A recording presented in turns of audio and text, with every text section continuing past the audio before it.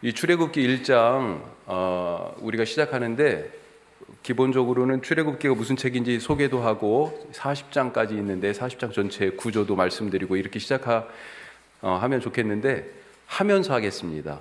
하면서 해도 크게 문제가 없을 것 같아요. 그래서 출애굽기 책을 한 장씩 한 장씩 나누면서 필요에 따라서 그때그때 전체 구조에 대해서 한 번 더 얘기하고 또 한 번 얘기하고 이런 식으로 하도록 하겠습니다. 자, 출애굽기 전체 40장까지 말씀이 있는데 오늘은 1장 말씀을 통해서 같이 하나님의 은혜를 나누겠습니다. 우리 한 절씩 교독하겠습니다.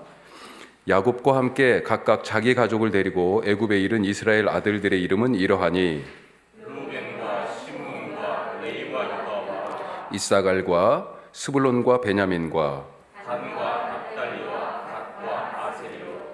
야곱의 허리에서 나온 사람이 모두 72요 요셉은 애굽에 있었더라. 요셉과 그의 모든 형제와 그 시대의 사람은 다 죽었고 이스라엘 자손은 생육하고 불어나 번성하고 매우 강하여 온 땅에 가득하게 되었더라.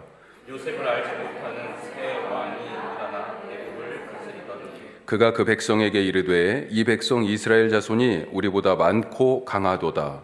자 우리가 그들에게 대하여 지혜롭게 하자. 두렵건대 그들이 더 많게 되면 전쟁이 일어날 때에 우리 두 작부가 합하여 우리와 싸우고 이 땅에서 나갈까 하노라 하고 감독들을 그들 위에 세우고 그들에게 무거운 짐을 주어 괴롭게 하여 그들에게 바로를 위하여 국고성 비돔과 라암셋을 건축하게 하니라.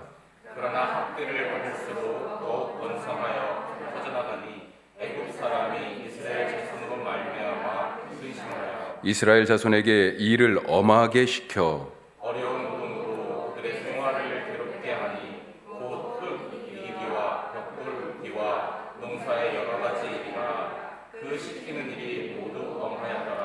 애굽 왕이 히브리 산파 십브라라 하는 사람과 부하라 하는 사람에게 말하여 이르되 너희는 우리 여인을 위하여 해산을 도울 때에 그 자리를 살펴서 아들이거든 그를 죽이고 딸이거든 살려두라. 그러나 산파들이 하나님을 두려워하여 애굽 왕의 명령을 어기고 남자 아기들을 살린지라.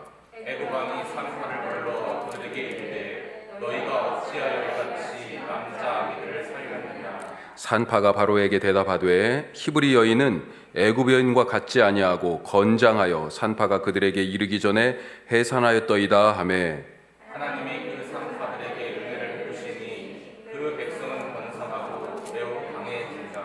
그 산파들은 하나님을 경외하였으므로 하나님이 그들의 집안을 흥왕하게 하신지라.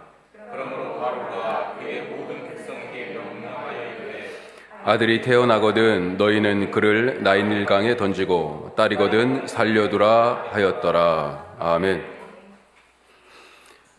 성경은 우리가 생각하는 것보다 엄청나게 치밀하게 문학적인 책입니다. 예전에 우리가 요한계시록 말씀마당을 통해서 계속 살펴봤었지만 그것이 이게 또 번역이 돼서 때로는 그런 느낌들이 좀 덜할 때가 있는데 엄청나게 치밀한 책이 문학적 완성도가 높은 책이 성경이에요. 오늘부터 우리가 출애굽기 말씀마당을 한 장씩 그렇게 출애굽기를 살피는데 그런데 이 출애굽기에서도 그러니까 똑같이 성경을 언제든지 마찬가지예요.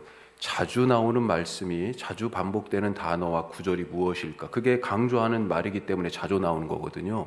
그 다음에 어떤 구조를 그 장에서 갖고 있는가? 그 단락이 가지고 있는가?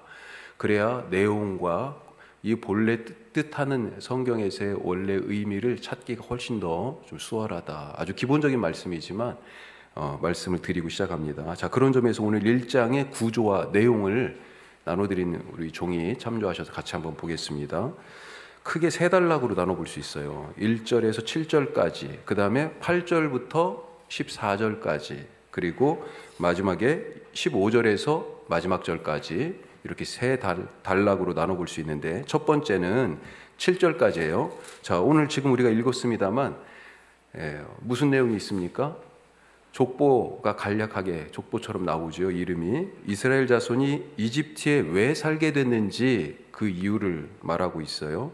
그래서 이집트로 이주한 야곱의 자손들이 1절에서 5절까지 쭉 나오는데 이게 창세기 46장에 나오는 말씀이에요. 창세기 46장 8절에서 27절까지의 말씀의 축소판입니다. 거기에 보면 여기 르우벤 하나만 나왔죠. 그런데 르우벤의 아들들이 나와요. 시므온이 나오죠. 시므온의 아들들이 나오고요. 그렇게 해가지고 창세기 46장 8절에서 27절까지의 말씀이에요. 그 창세기 46장에서는 그래서 지금 이때 당시에 이집트로 내려간 사람들의 총수가 몇 명이라고 그랬습니까? 70명이라고 나오죠. 여기도 나오잖아요. 5절에 야곱의 허리에서 나온 사람이 모두 70. 예. 그런데 이미 요셉은 애굽의 총리 대신이었잖아요. 내려가 있었고 아직 태어나지도 않은 요셉의 아들 므낫세와 에브라임. 예. 이 요셉은 지파가 둘로 갈라졌죠. 유다도 한 집하고 시므온도 한 집하고 레위도 한 집하고. 그런데 요셉은 둘로 나눠. 요셉 지파라는 말이 나오긴 나오지만 요셉은 이 두 아들 에브라임과 므낫세 지파 각각 그렇게 나오죠. 그런데 이때 당시 야곱과 더불어서 다른 식구들이 내려갈 때 에브라임과 므낫세는 아직 태어나지도 않았어요. 그런데도 숫자에 포함했어요. 일부러 이 70이라는 숫자를 좀 맞춘 거죠. 예. 자, 그래서 70명이 내려간 것으로 이렇게 돼 있는데 사도행전에 보면 스데반 집사님이 설교하고 그리고 그 설교 후에 이제 돌에 맞아서 죽게 되는데 이때 이스라엘 역사를 쭉 훑어서 얘기하면서 예수님에 대해서 얘기를 해요. 그런데 그때 애굽으로 내려간 사람을 몇 명으로 얘기하냐면 75명으로 얘기합니다. 뭐 그런 차이들이 있어요. 그런데 이것은 숫자의 차이가 아니고 누구를 이 숫자 안에 넣었냐 넣지 않았냐에 따라 달려 있어요. 이 70이라는 숫자가 그러니까 사실은 상징적인 숫자예요. 왜 그러냐면 며느리들은 빠졌어요 또. 그리고 어떤 사람은 또 들어갔고 뭐 이런 식이에요. 그러니까 70이라는 숫자를 딱 맞추려고 하는 의도가 사실은 좀 있었다. 뭐 70이 그렇게 숫자가 중요하다라고 얘기할 수 없겠지만 그래도 이스라엘 사람들 속에서는 이 70에 대한 그런 부분들이 있어요. 그래서 이집트의 알렉산드리아라고 하는 곳에서 주전 2세기쯤에 많은 사람들이 이제 그 팔레스타인을 떠나가지고 곳곳에 흩어져 살았잖아요. 살다 보니까 이 사람들을 이 동네에서 사는 고향 땅을 떠나온 이 유대인들을 뭐라고 불러요? 디아스포라 유대인 이렇게 얘기하죠. 이민자예요. 다른 나라에 가서 사는 이 유대인들을 디아스포라라고 얘기하는데 이 디아스포라가 어디에 크게 형성돼 있었냐면 시리아의 안디옥, 또 북아프리카의 알렉산드리아. 그런데 이 알렉산드리아에 사람들이 너무 많아가지고 신앙교육을 할 필요가 있었어요. 그런데 히브리어 성경 아람어를 모르고 히브리어도 모르고 그러니까 헬라어 당시에 통용하는 언어로 번역을 했습니다. 그게 70인역이라고 하는 성경 최초의 번역이에요. 주전 한 2세기 정도에. 아주 권위 있는 성경 번역인데 그때도 70을 맞춘 거예요. 지파마다 6명씩. 사실 72명인데 70명이 각기 번역을 해가지고 딱 맞춰보니까 딱 맞았더라. 그런 이야기도 있어요. 하여튼 70명이 이집트로 내려갔었습니다. 자, 그런데 그 내려가게 된 경위에 대해서 아주 간략하게 1절에서 7절에서 지금 말하고 있습니다. 이스라엘 자손이 그 이집트에 가서 살고 있는 동안에 이제 변화가 있었죠. 하루 이틀이 아니고요, 1년 2년이 아니고요, 시간이 자그마치 400년이나 지나갔어요. 그래서 요셉 시대의 사람들이 다 죽었습니다. 그런 변화가 있죠. 죽음이 있어요. 그렇지만 죽음으로 끝난 게 아니고 소멸하지 않았죠. 계승이 됐습니다. 자식들을 그보다 더 많은, 죽은 사람들보다 더 많은 사람들이 태어났어요. 그래서 죽음과 계승이 동시에 그 400년 사이에 일어나게 되죠. 자, 그러면서 이스라엘 자손은 어떻게 됩니까? 7절 같이 한번 읽어봐요. 이스라엘 자손은 생육하고 불어나 번성하고 매우 강하여 온 땅에 가득하게 되었더라. 자, 400년이 지나면서 이렇게 됐습니다. 자, 이집트의 이 이스라엘 백성들이 지금 살고 있는 이유에 대해서 그 부분에 대해서 이제 앞에 연결하는데 이것이 창세기와 지금 연결되는 부분이라고 아까 말씀드렸죠. 창세기 46장에 내려갔던 사람들을 여기서 간략하게 반복하면서 연결하고 있어요. 그러면서 역사의 무대가 이집트로 그리고 400년이라는 시간을 건너뛰어서 이제 출애굽기에서 이어지고 있습니다. 자, 8절에서 14절까지의 말씀 뭘까요? 파라오가 등장합니다. 바로 파라오가 등장하는데 파라오가 걱정하는 내용이에요. 또 하나는 그 걱정을 어떻게 해소할 수 있을까? 그 걱정을 풀기 위한 대응. 그래서 걱정과 대응. 파라오의 종이 가지고 있어요? 펜?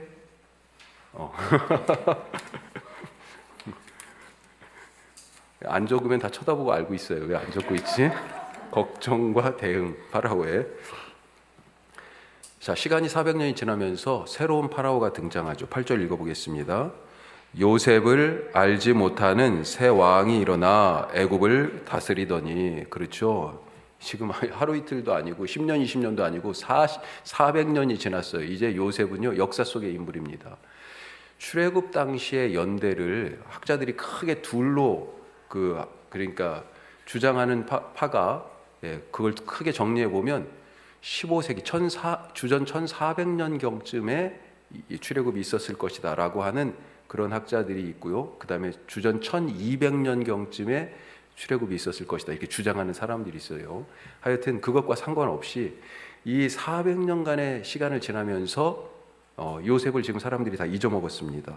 자, 그런데 이 파라오가 걱정이 있어요. 걱정이. 9절 10절이 그 걱정 내용이죠. 우리가 두 가지 걱정을 하게 되는데 파라오가 그걸 한번 9절 10절에서 한번 찾아보겠습니다. 자, 같이 한번 읽어봐요. 9절 10절. 그가 그 백성에게 이르되 이 백성 이스라엘 자손이 우리보다 많고 강하도다.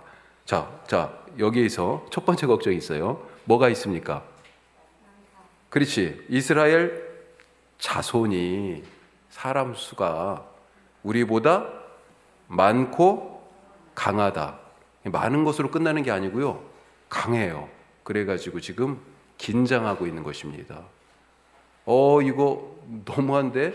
이러다 큰일 나겠는데? 이런 걱정이 생겼어요. 두 번째 걱정 10절 같이 합니다. 자, 우리가 그들에게 대하여 지혜롭게 하자. 두렵건대 그들이 더 많게 되면 전쟁이 일어날 때 우리 대적과 합하여 우리와 싸우고 이 땅에서 나갈까 하노라 하고. 뭘 걱정하는 겁니까? 그렇죠. 결과적으로 이 땅에서 나간다.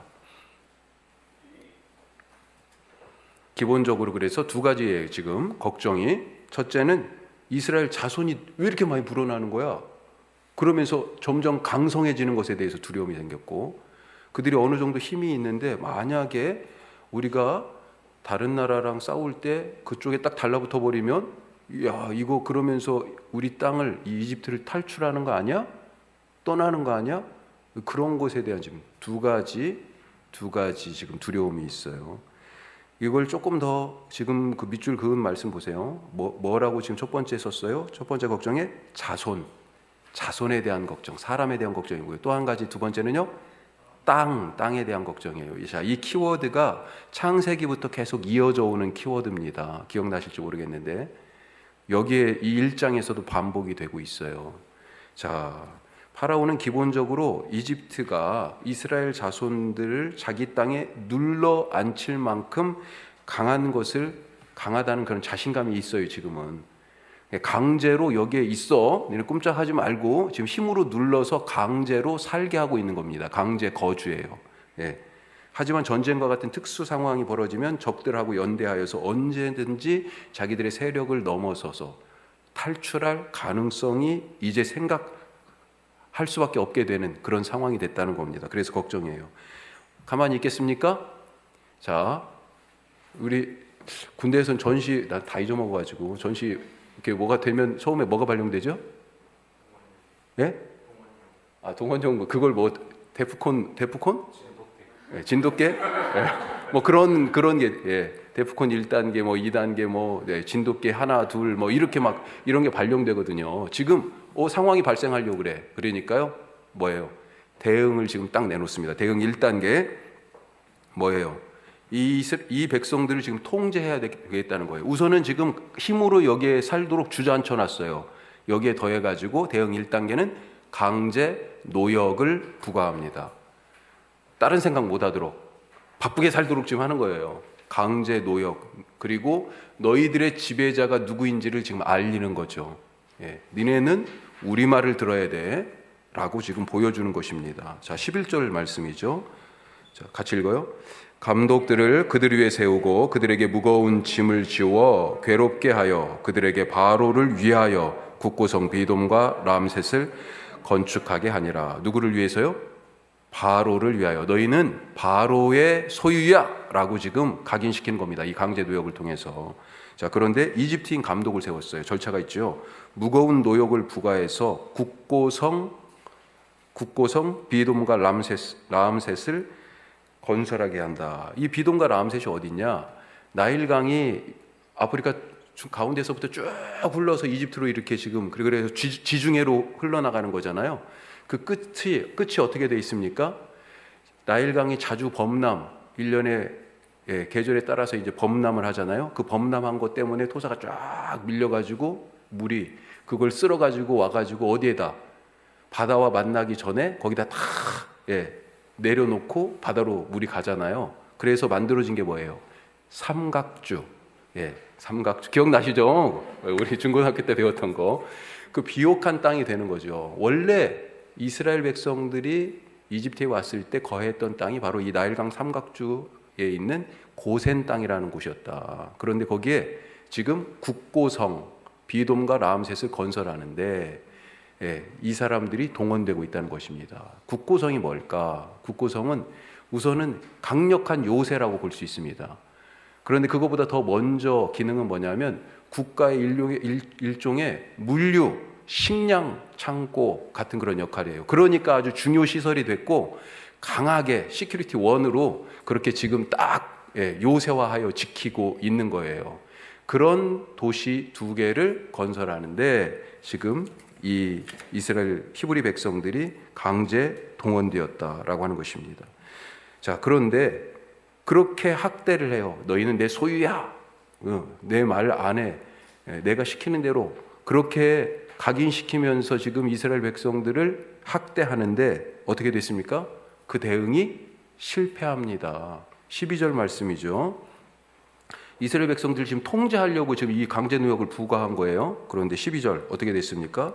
읽어요.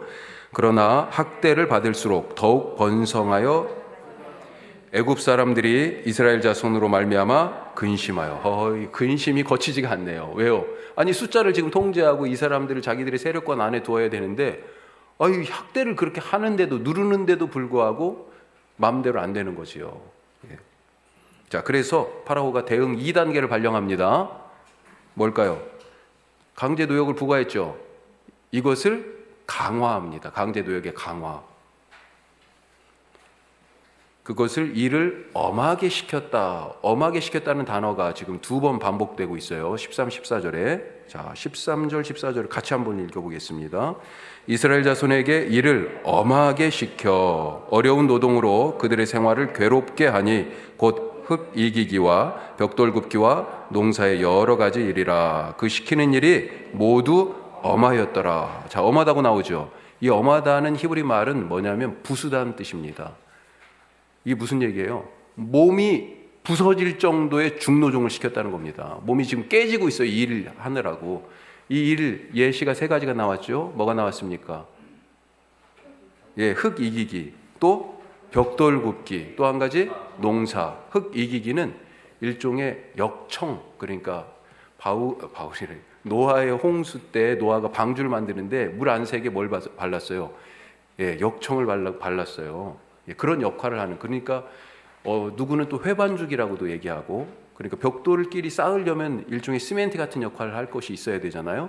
그런 것들을 막 지금 만들고 있는 거죠. 또 건축을 해야 되니까 벽돌을 만들었다. 이렇게 지금 간략하게 표현되어 있는데 바로 건물을 지금 토목공사를 거대하게 하고 있는 그 모든 일들에 대하여서 이들이 동원되어서 더 강력하게 지금 핍박을 받고 있는 상황을 얘기합니다. 3번째 것이 나왔어요. 뭐예요?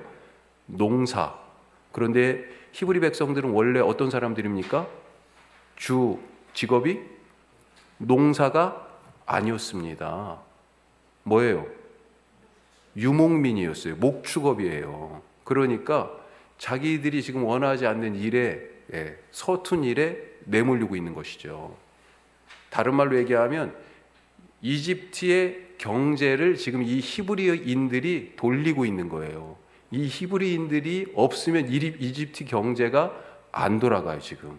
그런 상황으로 그렇게 엄하게 몸이 부서질 정도의 중노동을 강요받고 있었다라고 하는 것입니다. 유튜브에 보면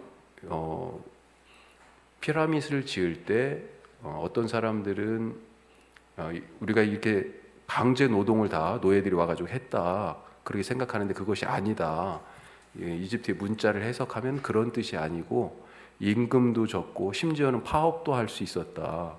아프면 결근도 가능했고 뭐 그런 유튜브 내용들이 있더라고요. 제가 주석 몇 가지 해설서들을 이렇게 좀 보다 보니까 어떤 분이 그걸 언급해 놨더라고요.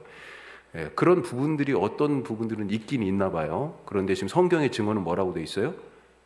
성경의 증거는 중노동에 대해서 분명히 얘기하고 있습니다.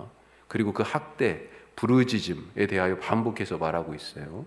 자, 하여튼 이게 바로 파라오가 이스라엘 백성을 통제하는 두 번째 방식이었어요. 자, 그런데 어떻게 됐습니까? 그럼에도 불구하고 쉽지가 않았죠. 자, 세 번째 단락은 그럼에도 불구하고 계속 번성하는 이스라엘 때문에 파라오가 또 걱정합니다. 자, 그래서 16에서 19절은 어떤 내용이 나와요? 엄청 끔찍한 내용이죠.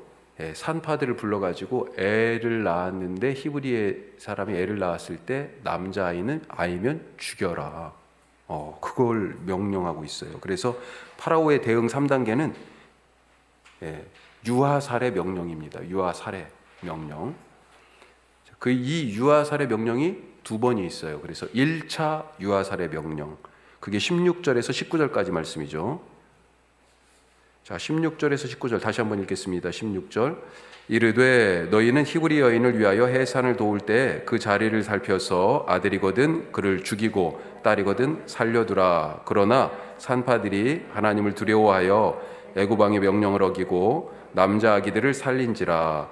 애굽왕이 산파를 불러 그들에게 이르되 너희가 어찌하여 이같이 남자 아기들을 살렸느냐. 산파가 바로에게 대답하되 히브리 여인은 애굽 여인과 같지 아니하고 건장하여 산파가 그들에게 이르기 전에 해산하였더이다 하매. 아멘. 자, 그렇죠. 이 누구에게 지금 명령하는 겁니까? 파라오가 히브리 산파들 시브라 부아라고 하는 두 사람에게 특별히 대표적으로 이 두 사람에게만 했겠어요? 이게 아마 대표적으로 지금 얘기하는 거죠. 산파들에게 얘기하는데 출산이죠. 출산 즉시 히브리 남자 아기들을 죽여라. 그런데 여기에 대해서 17절 말씀에 산모들이 불복종하죠. 불복종합니다. 자, 그리고 18절 19절은 뭐예요? 이 마치 파라오하고 이 산파들이 서로 다투듯이 그렇게 얘기하는 장면인데 결국은 누가 이겨요?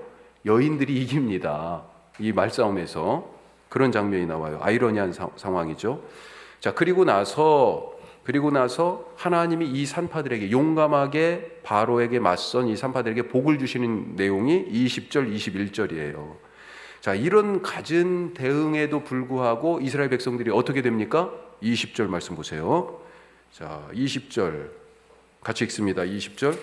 하나님이 그 산파들에게 은혜를 베푸시니 그 백성은 번성하고 매우 강해지니라. 어디서 지금 본 말씀이죠?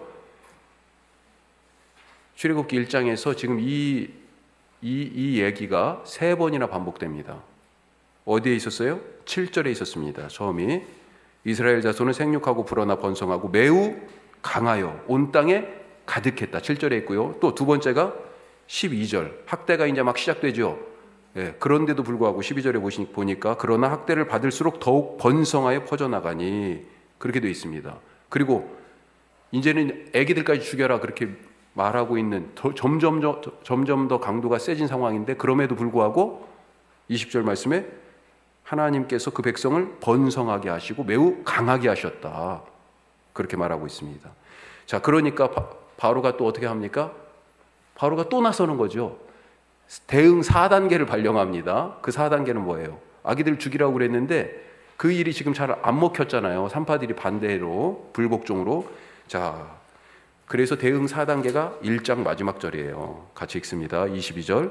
그러므로 바로가 그의 모든 백성에게 명령하여 이르되 아들이 태어나거든 너희는 그를 나일강에 던지고 딸이거든 살려두라 하였더라. 자, 1차 출산할 때 딱 보니까 아들이야. 그렇죠. 죽이라고 그랬어요. 근데 안 죽였어. 왜요? 아니 우리가 가기도 전에 아기를 낳았어요. 그러니까 그럼 이 아기 어떻게 해? 그러니까 1차 유아살해 명령이 실패하니까 2차 유아살해 명령을 내리는 겁니다. 이 2차 유아살해 명령은 뭐예요? 어쩔 수 없이 지금 태어났어요. 그러니까 이 아기들을 나일강에 던져라. 지금 그렇게 얘기하고 있죠. 자, 오늘 우리가 이 대응 4단계는 누구에게 얘기했어요? 3단계 아기를 낳을 때 출산할 때 죽이라는 얘기는 산파들에게 했지만 이 나일강에 던지라는 얘기는 모든 사람들에게, 모든 히브리 백성들에게 명령한 거예요. 그래서 범위와 강도가 점점 더 세지고 촘촘해진 거죠. 자, 이와 같은 전체 내용을 가지고 우리가 크게 3가지 말씀만 조금 더 오늘 나누고 마치도록 하겠습니다. 첫 번째, 구원의 땅이 뭐가 됐습니까? 원래 이 이집트에 하나님께서 가나안 땅에서 기근이 들어가지고 먹여 살리려고 요셉을 미리 총리로 보내셔서 총리가 되게 하셨고 준비하셨어요. 준비를 딱 해놓고 야곱과 모든 식구들을 지금 이집트로 내려오게 하셨다고요. 자, 그래서 어떤 의미에서는 구원의 땅입니다. 이 이집트가 그때 당시에는. 그런데 이 구원의 땅이 뭐가 됐습니까? 감옥이 됐어요. 감옥이. 지옥이 된 거죠. 지금 여기에서 갇혀가지고 이 파라오의 힘에 눌려가지고 꼼짝도 못하고 학대당하고 쥐어 터지고 지금 애기들은 다 죽어야 되고 그런 상황이 되어버린 거죠. 400년 전에 야곱의 가족은 흉년을 피해서 이집트의 총리가 된 요셉의 초청으로 이 땅에 내려왔었습니다. 파라오가 환영했어요. 엄청난 환대를 했습니다. 이집트에서 가장 좋은 땅 중에 하나인 고센 땅을 줬어요. 거기에서 터잡고 살아요. 그리고 환대를 받았습니다. 그 사이에 이스라엘 자손들이 어떻게 됐어요? 오늘 말씀 앞부분에서 읽은 것처럼 생육하고 번성하고 불어나서 매우 강하여 땅에 가득하게 되었습니다. 하지만 어느 순간부터 이스라엘의 처지가 급변했어요. 자, 이 400년이 지나는 사이에 구원의 땅이 감옥이 되어버린 거죠. 귀한 손님으로 처음에는 대접받았었는데 이제는 몰래 쳐들어온 도둑 취급을 받고 멱살 잡혀서 지금 끌려다니고 있는 겁니다. 자유인이었어요. 처음에 내려올 때는요. 그런데 지금은 뭐 하고 있어요? 종살이 하고 있어요. 종이 됐어요. 신분이 강등이 됐습니다. 뿐만 아니라 강제로 끌려다가 지금 일을 하고 있어요. 노동이 얼마나 아름다운 거예요. 일을 하는데 기쁘게 할 수 있다면 그것처럼 행복한 일이 어디 있어요? 그렇죠, 집사님, 김 집사님. 예. 먼 길을 매일 먼 길을 운전하고 다니시고 여러 거래처, 공장에 찾아다니시면서 일하시지만 그 순간순간이 너무 즐겁고 재밌고 신나는 거예요. 왜요? 일이 저주가 아니라 죄 지은 사람한테는 에덴 동산에서의 그 노동이 뭐예요? 저주가 된 거거든요. 하지만 구원받은 사람에게 일은요, 하나님의 뜻을 실현하는 그런 방편이기 때문에 기쁘고 즐거운 일이 되는 것입니다. 그런데 지금 이 이스라엘 백성들 이집트에서 이 나일강가에서 비돔과 라암셋이라는 국고성을 짓고 그것을 짓기 위해서 흙을 이기고 벽돌을 찍고 심지어는 해보지도 못한 농사일을 가서 해야 되는 그런 상황 속에 있는 이 사람들, 이 노동이 뭐예요? 저주예요, 저주. 하고 싶지 않은 거예요. 절대로 하고 싶지 않아요. 지금 그런 상황이 됐습니다. 왜 구원의 땅이 감옥이 되었을까? 이스라엘이 이런 부당한 대접을 받게 된 것이 언제부터인지 정확히 알 수가 없습니다. 다만 알 수 있는 것은 학대와 강제 노역의 시작이 요셉을 알지 못하는 새 파라오의 등장 이후라는 거예요. 적당히 한번 어림잡아 볼까요? 이 전체 지금 내려가서 처음 이주했을 때부터 지금까지 약 400년, 그냥 적당히 생각해서 한 300년 정도 후에 이 요셉을 알지 못하는 왕이 등장했다. 그렇게 우리가 생각해 봅시다. 이제 가나안 땅에서 태어나서 내려온 사람은 한 사람도 없어요. 그때 당시엔 수명이 조금 길었어요. 요셉도 110세에 죽었다고 되어 있습니다. 그런 걸 감안하더라도 지금 200년, 300년이 지나가지고요, 가나안 땅에서 태어났던 야곱과 그 자식들, 그 후손들은요, 가나안 땅을 알고 있는 사람들은 없어요. 여기에 모두가 다 지금 이 고센 땅에서 나일강 삼각주 여기에서 지금 태어난 사람들이라는 것입니다. 그래서 이 사람들은 히브리인으로서의 정체성이 물론 있겠지만 기본적으로 이집트의 생활과 문화, 지식, 거기에 삶의 방식에 적응하고 살아가고 있어서 지금 여기가 고향인, 이 이집트가 고향인 사람들이 지금 다예요. 이 이스라엘 백성들이. 이들에게 아브라함에게 옛날 할아버지들이 들려줬던 아브라함에게 하셨다는 하나님의 그 말씀에 대한 이야기, 그런 것이 어떤 의미로 다가왔을까요? 현실과 들었던 이야기에 대한 그 이상 사이의 괴리, 아브라함을 통하여 보여주셨다는 그 비전과 지금 자기들이 살고 있는 그 삶에 대한 그 간격, 그 속에 지금 이 출애굽기 1장에 이스라엘 자손들이 있다 하는 것입니다. 지금 이스라엘 사람들에게 이집트를 떠난다는 것은 그래서 꿈도 꿀 수 없는 얘기예요. 예? 상상도 안 해봤어요. 현실적으로도 파라오의 군대가 지금 강제로 여기 눌러 살아라고 그렇게 지금 누르고 있잖아요. 그러다가도 저희 가서 일해 하면 일도 해야 되잖아요. 그러니 이집트를 떠난다, 다른 땅에 가서 산다? 이건 그런 꿈을 아브라함에게 주셨다? 우리 조상들이 갖고 있던 꿈이었다? 이런 것은 지금 꿈도 꿀 수 없는 이야기다라고 하는 것입니다. 현실적으로 불가능해요. 구원의 땅이 감옥이 된 이유 중에 하나는 바로 하나님이 주신 그 꿈을 잃어버렸기 때문에 그렇습니다. 이스라엘은 400년간 이렇게 눌러 살면서 하나님이 주신 땅에 대한 그 꿈을 다 잃어버렸어요. 처음에 한 200~300년은 좋았을 거예요. 왜요? 아직도 대접을 받거든. 아직도 요셉을 기억하는 왕이 있거든요. 그들이 아직까지 히브리 사람들을 존중해 줬습니다. 문제는 그런 좋은 평판과 대접과 일정한 성공을 통해서 성공적으로 이 이집트 땅에 정착하면서 하나님이 약속하신 땅에 대하여서 그 꿈을 접어버렸다는 거예요. 우리 여기 더 좋은데 뭐, 여기 이렇게 비옥한데 여기 살지 뭐, 그러고 그냥 여기에서 살기로 해버린 거예요. 하지만 영원할 것 같았던 그 좋은 시절이 끝나고 상황이 급변하여서 이제 이 사람들이 이류 시민이 되어버렸습니다. 자유인에서 종으로 신분이 강등당했어요. 강제 노역에 내몰리고 지금 오늘 우리가 읽은 것처럼 강력한 산하 제한 정책을 시행당하고 있어요. 애를 낳으면 죽여야 돼. 그것도 그래도 운이 좋아서, 운이라고 표현해야 되나요? 운이 있어서 그나마 산파들이 오기 전에 낳았어요? 그런데도 안 돼요. 이제는 나일강에 던지라고까지 하잖아요. 그런 치욕을 당하고 있어요. 지금 여기에 만족하는 것과 현실에 안주하는 것은 다릅니다. 지금 여기에 만족하고 감사하는 것과 현실에 안주하는 것이 달라요. 가끔 그것을 착각하는 사람들이 있어요. 꿈을 잃어버리고 자기의 게으름을 변명하기 위해서 지금 여기에 눌러앉아 있으면서 나는 신앙이 좋아가지고 지금 만족하는 것처럼 포장하는 사람들이 있어요. 이스라엘 백성들의 모습이 어떻게 보면 그런 것일 수도 있다 하는 것입니다. 이 이스라엘 사람들은 400년이나 이집트에 있어서는 안 됐습니다. 그 사이에 떠났어야 했어요. 요셉이 가족들을 초청해서 이집트에 400년 전에 왔지만 요셉도 죽을 때 뭐라고 그랬어요?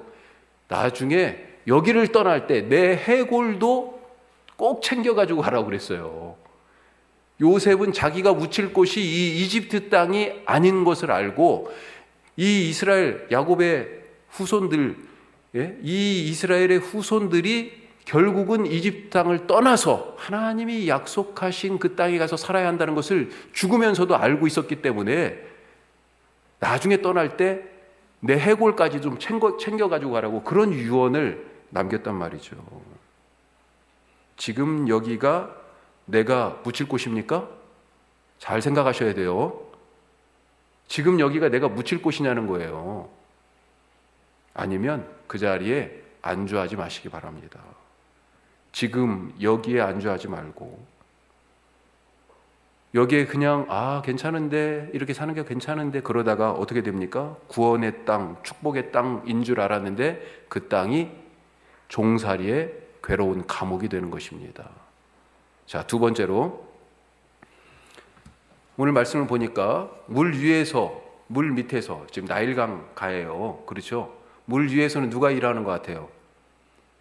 누가 다스려요? 지금 이 물을, 나일강 물을 누가 다스리는 것 같습니까? 강물에다 지금 애기를 던지라고 그랬잖아요.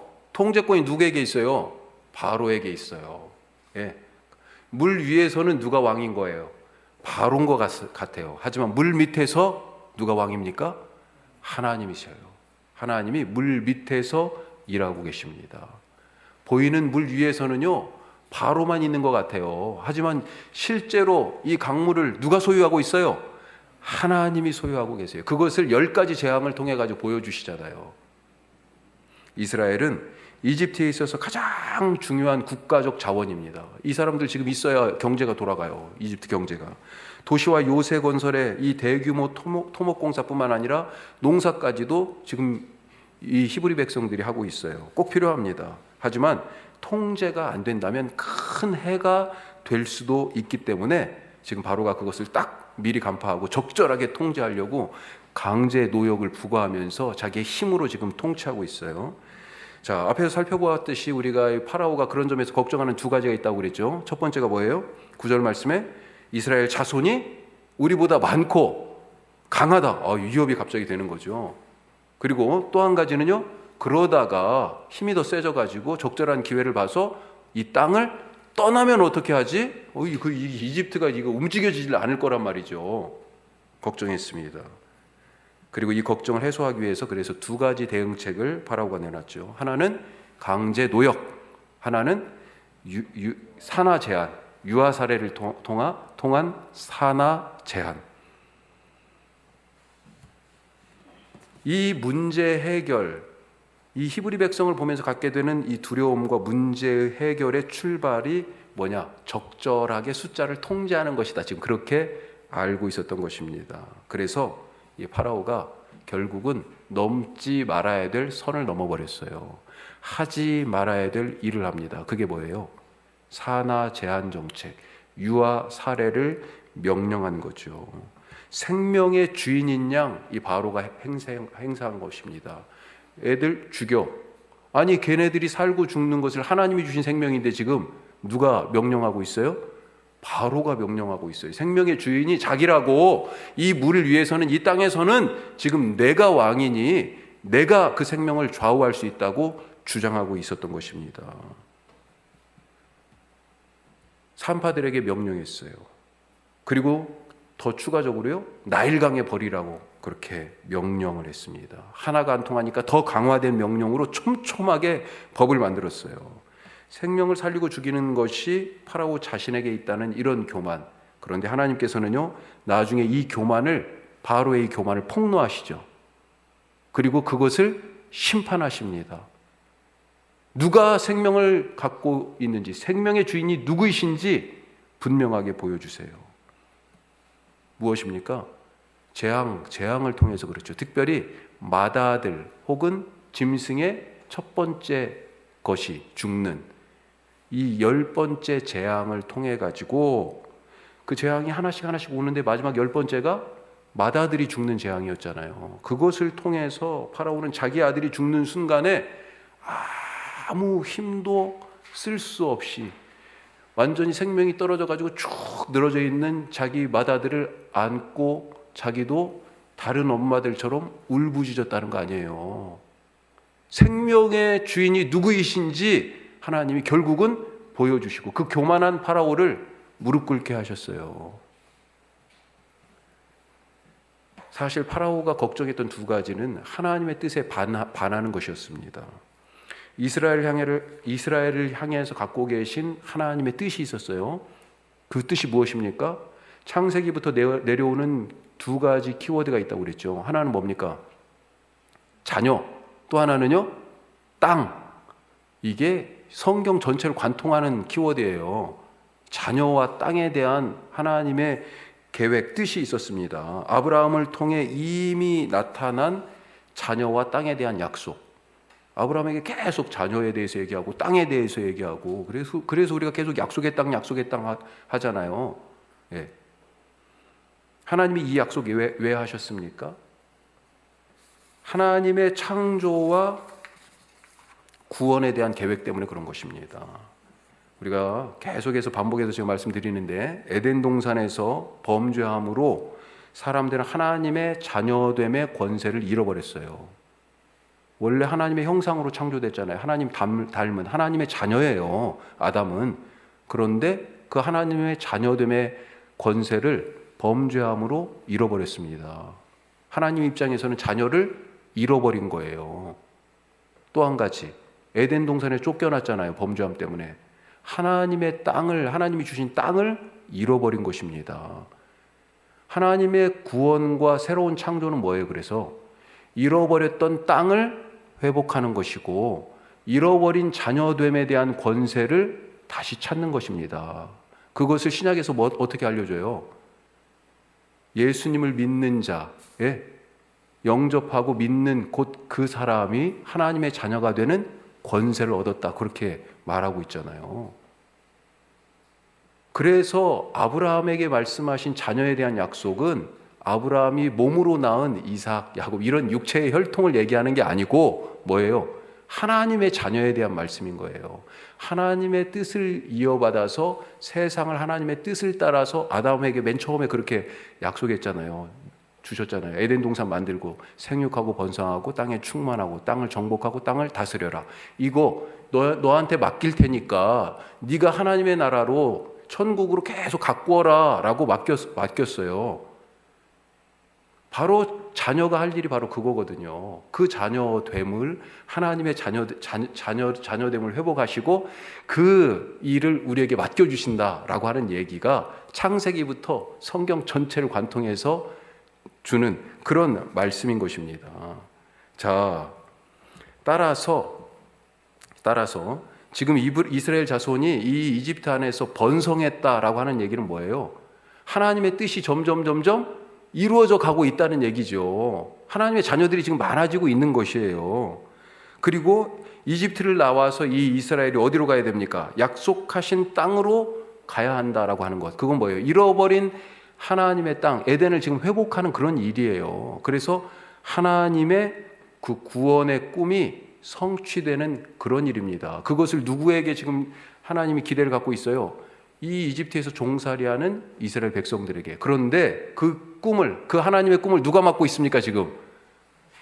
바로가 맡고 있는 거잖아요, 바로가.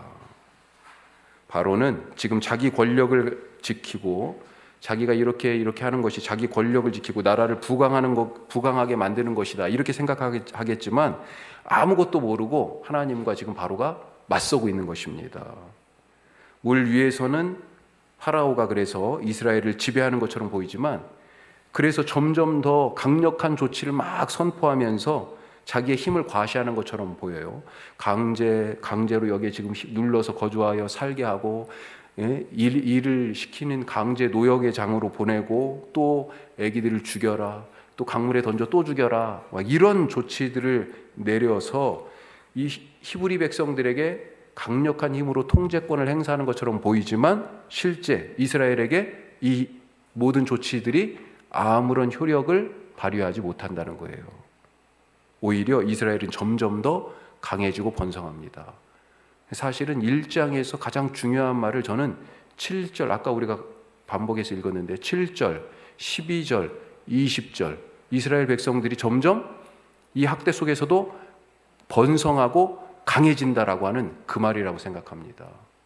왜 그렇게 됐어요? 왜 번성했을까요? 하나님이 나일강의 그 물밑 보이지 않는 곳에서 일하고 계시기 때문입니다. 강물에 버려졌어요, 애기들이. 하지만 하나님께서는 그 강물에서 모세를 살리셨잖아요. 살리십니다. 강물 위에서는 파라오가 이 강의 주인인 듯 행사하지만 실제 이 강의 주인은 여호와 하나님이십니다. 오늘 우리가 이 믿음으로 살아가실 수 있기를 간절히 바랍니다. 자, 짧게 마지막 하나 더. 하나님에게서 시작하자 하는 것입니다. 하나님에게서 시작하자. 산파들 얘기가 마지막 단락에 나오죠. 산파들은 세상 최고 통치자, 그런 힘을 가진 파라오의 명령을 거부했습니다. 그러니까 바로가 다시 불렀어요. 이것들이 이거 지금 말을 안 듣네. 다시 집합. 그래가지고 또 불렀습니다. 왜 애기들을 안 죽였어? 그랬더니 변명을 하죠. 예. 다시 왕궁으로 불러들였을 때 이 산파들의 마음이 어땠을까요? 이제 우리는 죽었다. 아니 지금 누구 말을 거역한 거예요? 부들부들 떨었을 거예요. 사실 이 산파들이 내놓은 변명이 여러분들 납득이 갑니까? 여러분이 파라오 입장이라고 생각하면 말도 안 되는 변명이잖아요. 이거 눈 가리고 아웅하는 소리 아니에요? 아니 애기가 그리고 한둘도 아닐 텐데 단칼에 죽임을 당해도 할 말이 없습니다. 하지만 이 산파들이 목숨을 구했어요. 산파들이 지혜롭게 대답해서 그랬을까요? 제가 볼 때는 이거 결코 지혜로운 대답은 아닌 것 같아요. 파라오가 그러면 이 산파들의 말에 설득을 당해가지고 납득이 가서요? 왜 산파들이 목숨을 구했습니까? 20절 보세요. 20절 앞부분만. 자, 앞부분 같이 읽어요. 하나님이 그 산파들에게 은혜를 베푸시니, 바로 이겁니다. 이들이 지혜롭게 말을 잘해서 그런 것도 아니고요. 파라오가 자비심이 넘쳐가지고 그 말에 설득당해가지고 그런 것도 아니에요. 하나님이 이 산파들에게 은혜를 베푸셨기 때문에 그래서 살아남을 수 있었던 거예요. 자, 그러면 왜 산파들은 이렇게 죽을 수도 있는 무모한 행동을 바로 앞에서 했을까? 바로의 명령을 어기고 17절에 나와 있습니다. 자, 17절 한 번 더요. 그러나 산파들이 하나님을 두려워하여 애굽 왕의 명령을 어기고 남자아이들을 살린지라. 아멘. 거기다 밑줄 쫙 좀 그어주세요. 그렇게 행동한 원인이 뭐라고요? 이유가 하나님을 두려워해서. 지금 이 모든 일은 하나님을 두려워하는 데서 시작됐습니다.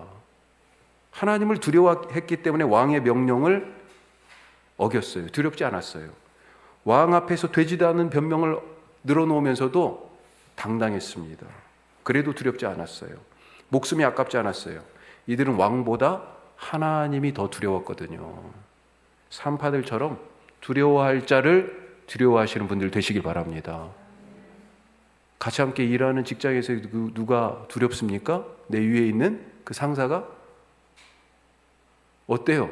두려운 사람들이 있어요? 뭘 두려워하십니까 지금? 돈이 없는 것이 두려워요? 건강 때문에 두렵습니까?